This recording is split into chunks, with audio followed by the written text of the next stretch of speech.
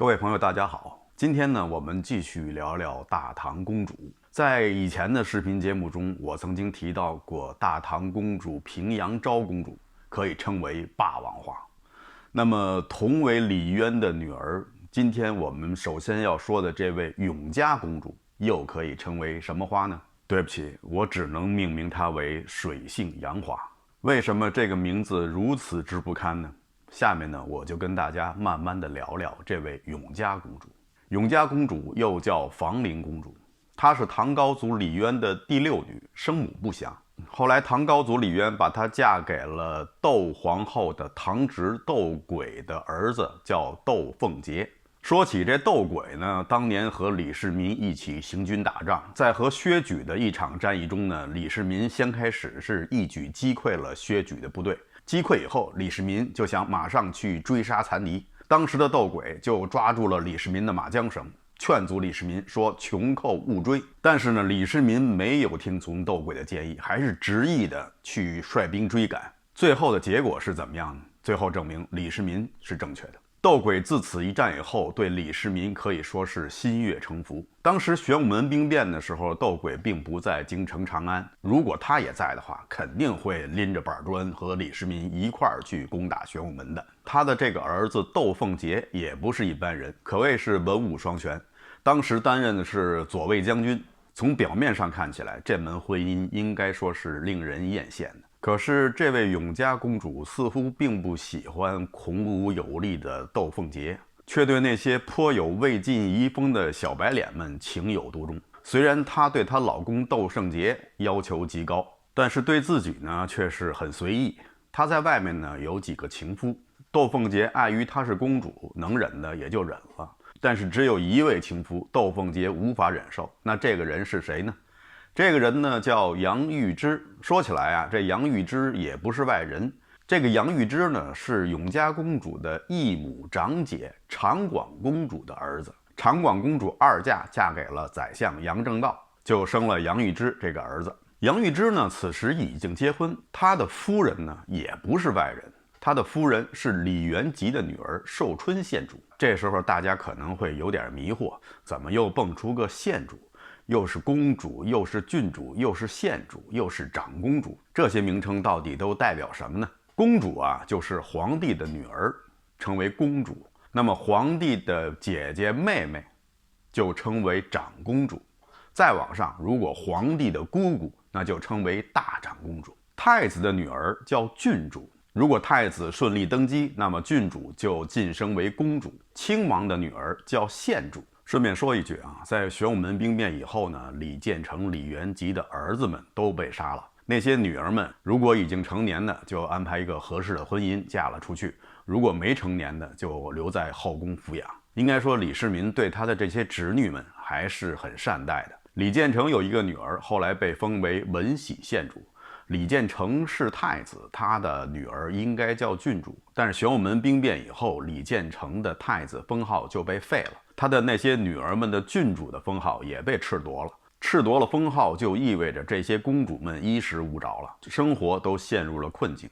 后来呢，有大臣向李世民建议，应该给李建成的女儿们一些合适的待遇。后来呢，李世民就改封他们为县主。这位文喜县主啊，嫁的还真不错，她嫁给了刘英道。两个人呢琴瑟和鸣，在一起生活了20多年。文喜县主在他大概40岁的时候去世，刘英道还为他写了一个著名的墓志铭，叫《大唐刘英道妻故文喜公主墓志》，对他这位夫人是大加赞誉。文喜公主去世以后，刘英道20年未再娶妻，而且为了纪念亡妻，刘英道一直把他和文喜县主的卧室保持原状，他也只是在东窗下8、9尺处居住，一直到死。其实说起来啊，像文喜县主这些李建成的女儿们，如果不是有玄武门兵变，她们就应该是大唐后世的公主。所以呢，提起她们应该也不算跑题。比起文喜县主，这位寿春县主可以说是嫁人不淑了。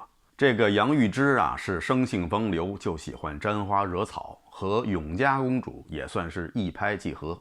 后来杨玉芝的母亲长广公主病逝，在居丧期间，杨玉芝呢就和寿春县主说的现在为母居丧，所以呢应该杜绝闺房之乐，所以呢我最好是搬到外面去居住。寿春县主呢感念他一片孝心，也就同意了。没想到这个杨玉芝搬到外面是为了能够更方便的和永嘉公主私会。永嘉公主可是他的姨呀。这件事情呢，后来就被窦凤杰知道了。窦凤杰以前对永嘉公主外面那些情夫是睁一只眼闭一只眼，但是这回每次进府管他叫姨父的这个杨玉芝，居然和他的夫人搞到了一起，此可谓是生可忍，熟不可忍。窦凤杰是一位将军，于是他就命令手下的士兵把这个杨玉芝抓了起来。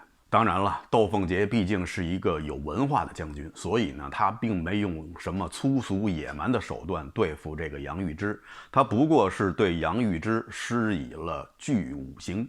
什么叫具五刑呢？具五刑呢，我就不仔细描述了，因为比较血腥。大家可以参见秦朝宰相李斯死的时候受的刑就知道了。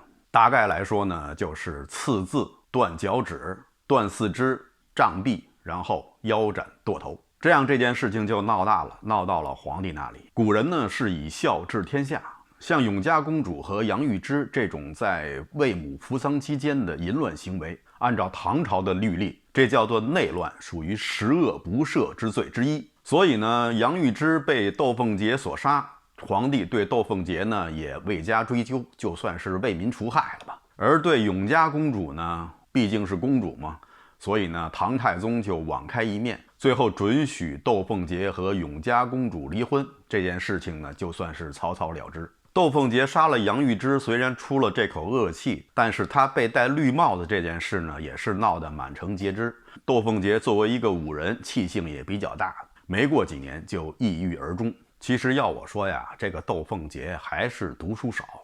如果他早先读过韩非子的那篇《礼记御史》的故事，他可能就不会这么想不开了。这个韩非子的《礼记御史》这个故事又是怎么回事呢？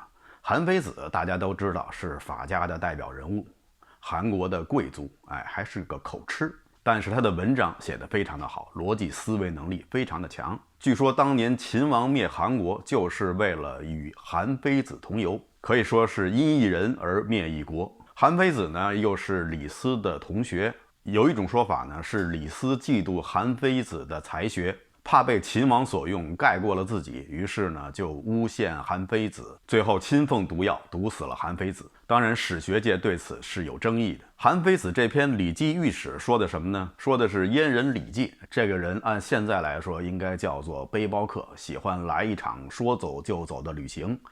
他喜欢外出，就留他的夫人一个人在家。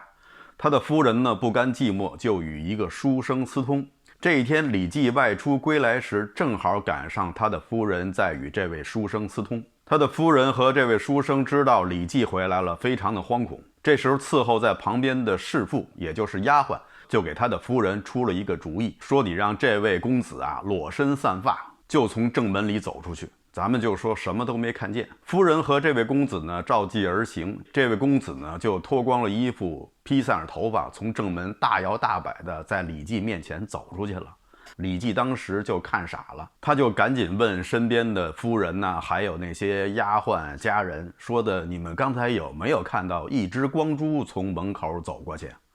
众人都说没有看见。李绩说，我明明看见了。夫人说，夫君莫非是见了鬼了？还说，夫君你这个病得治，我有药方。什么药方呢？就是把李绩放在一个大木桶里头，里面注满了动物的粪便，据说这是一个古方，能够驱除邪灵。这就是礼记御史的故事。这个史字呢，在古代呢既是剑的意思，也通那个史字，所以比较而言，窦凤杰应该还算是幸运的。虽然说戴了顶绿帽子，但是至少没有洗那样的盆浴，也算是不幸中的万幸吧。后来这位永嘉公主呢，又改嫁给了一个人，这个人叫贺兰曾家。贺兰曾家吸取了窦凤杰的教训，对永嘉公主的一些出格的行径采取不闻不问的态度。贺兰曾家是一个喜欢亲近大自然的人，他喜欢在绿油油的阳光照射下走在绿油油的草地上，头顶着几个绿油油的大毡帽。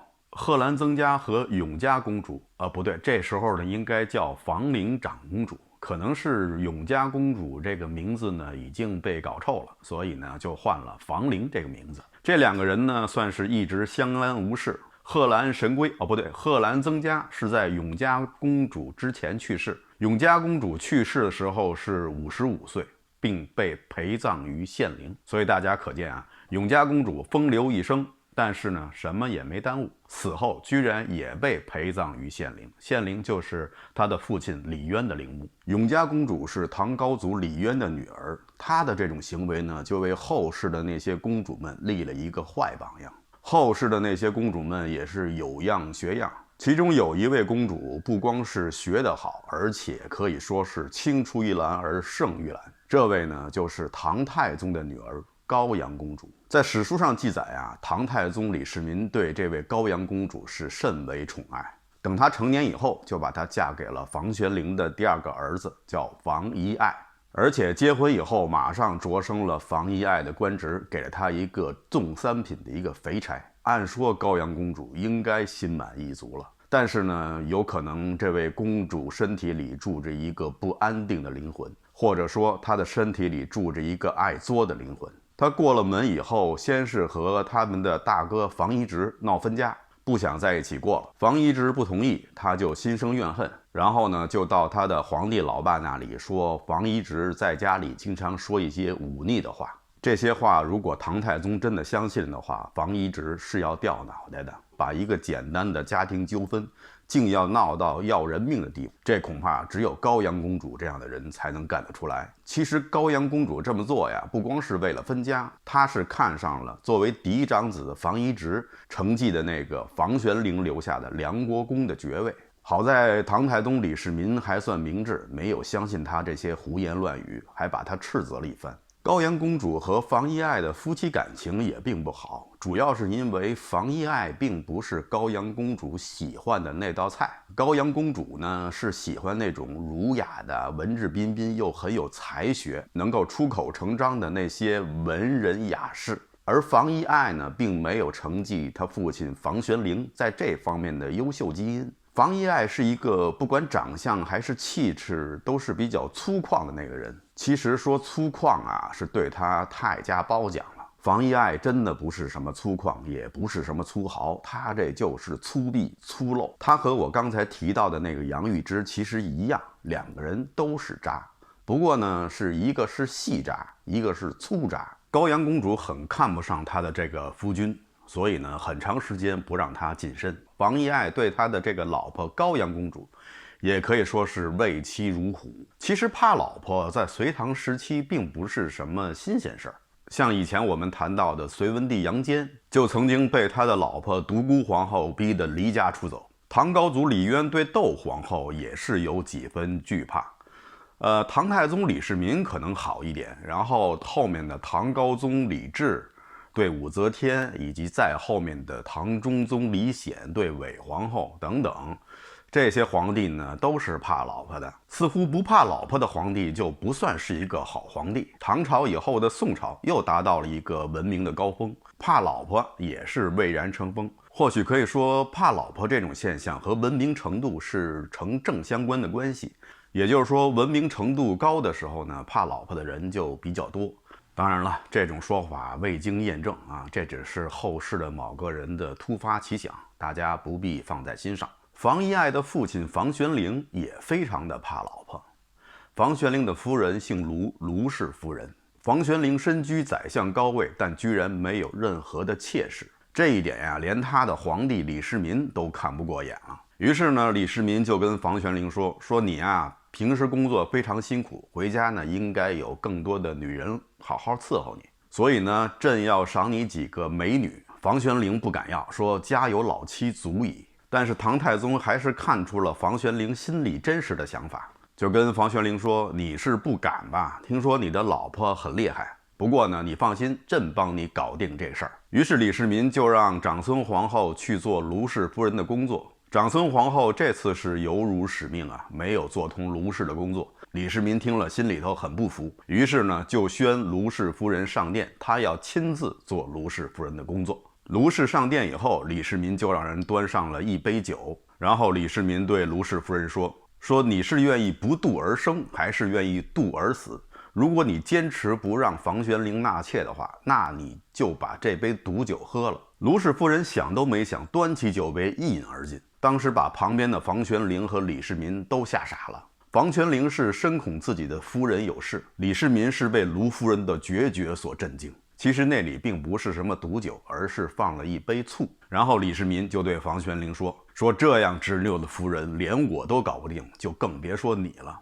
于是呢就打消了为房玄龄纳妾的这个念头。其实房玄龄应该对夫人的这个举动一点不会觉得吃惊，因为在这之前他的夫人就有一个比这次更出格的举动，那还是在隋朝时期。房玄龄呢只是一个不得志的小官，有一天呢房玄龄生病，病得很重，卢氏夫人日夜在他床边伺候。这一日啊，房玄龄觉得自己时日不多，于是呢就跟卢氏夫人说我呢快不行了，你尚年轻，我走以后你还是赶快改嫁了吧。听到这话以后，卢氏夫人一语不发，就走出了房间。等她再回来的时候，一只眼睛已经瞎了。她不知道用什么方式把她自己的一只眼睛给戳瞎了。然后她就对房玄龄说现在你就不会再有让我改嫁的念头吧？我这样子还有谁会娶？你还是安心的养病吧。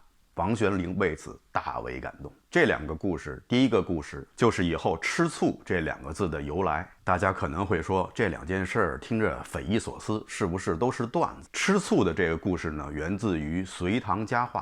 虽然说这是一本野史书，但是很多正史书都从中取材，所以史学界公认呢，这本《隋唐佳话》是比较靠谱的。另外那个自渺一目的故事呢，是出自于《新唐书》的《列女传》。房玄龄的怕老婆和房遗爱的怕老婆可是完全不一样的。房玄龄怕老婆是出自于爱，出自于敬，而房遗爱呢，恐怕就是单纯的怕了吧。这样的怕就必然会导致纵容，而失去约束的高阳公主也就变得更加的飞扬跋扈。有一次，高阳公主外出狩猎，无意间遇到了一位正在研修佛法的和尚。高阳公主见到这位和尚以后，可以说是惊为天人。这正是她梦想中的白马王子的样子，年轻俊秀，而且富有才学。虽然说头发少了点，但是呢，这点并不重要。高阳公主立即就与之攀谈，而且相谈默契。最后，这位和尚也没有抵住高阳公主的诱惑，两个人就有了鱼水之欢。两个人在研讨完佛法以后，又顺便探讨了一下生命的意义。这个和尚叫辩机，在当时算是一位有名的高僧，但是他再有名也没有他的几个大师兄有名。他的几个大师兄大家都非常熟悉，一个叫孙悟空，一个叫沙和尚，另外一个叫猪八戒。他们都是玄奘大师的弟子。他的那三位师兄在取得真经以后，功德圆满，已经都去高老庄、花果山避暑去了，只留下他在这里帮助他的师父玄奘大师翻译从西方取过来的那些真经，而且还受唐太宗李世民所托，编纂《大唐西域记》这本书。当时获此殊荣的全国不到30个人，而辩机以26岁的年龄就跻身其中，可见他确实是才华超群。后来的故事大家可能从一些影视剧中就已经知道了。高阳公主送给辩机一个玉枕头，然后这个玉枕头被小偷偷走。官府缉拿小偷的时候发现了这个玉枕头，认出了这是皇家之物，于是顺藤摸瓜就发现了高阳公主和辩机和尚的奸情。唐太宗李世民大怒，不顾高阳公主的苦苦哀求，腰斩了辩机，并且以后禁止高阳公主入宫。高阳公主从此就记恨起她的父亲李世民。在李世民驾崩的时候，在葬礼上，高阳公主面无哀容，一滴眼泪都没有为她的父亲流。高阳公主和辩机和尚的这件事情呢，是出自于《资治通鉴》和《新唐书》，但是后世史学界对这件事情是颇有质疑。有的史学家认为欧阳修和司马光都是有强烈的排佛倾向的人物，所以对辩机和尚有污蔑之嫌，以达到他排佛的目的。另外还有史书记载呢，辩机和尚在李世民逝世1年以后，仍然在编纂经书，所以呢，辩机和尚是不可能被李世民所杀的。当然了，这些都是史学界的一些争论，大家了解一下就可以了。高阳公主身体里住着的那个不安定的灵魂是继续在发酵，这一次居然整出了一个房遗爱谋反大案。这起案件影响之大，可以说是直接影响了李唐王室今后的命运，无形中也为武则天登基创造了一个非常有利的条件。那么这个案子的始末又是怎么样呢？咱们下集接着说。好的，以上就是本期视频的全部内容，谢谢大家收看，欢迎大家点赞订阅，感谢大家一直以来的支持，咱们下期节目再见。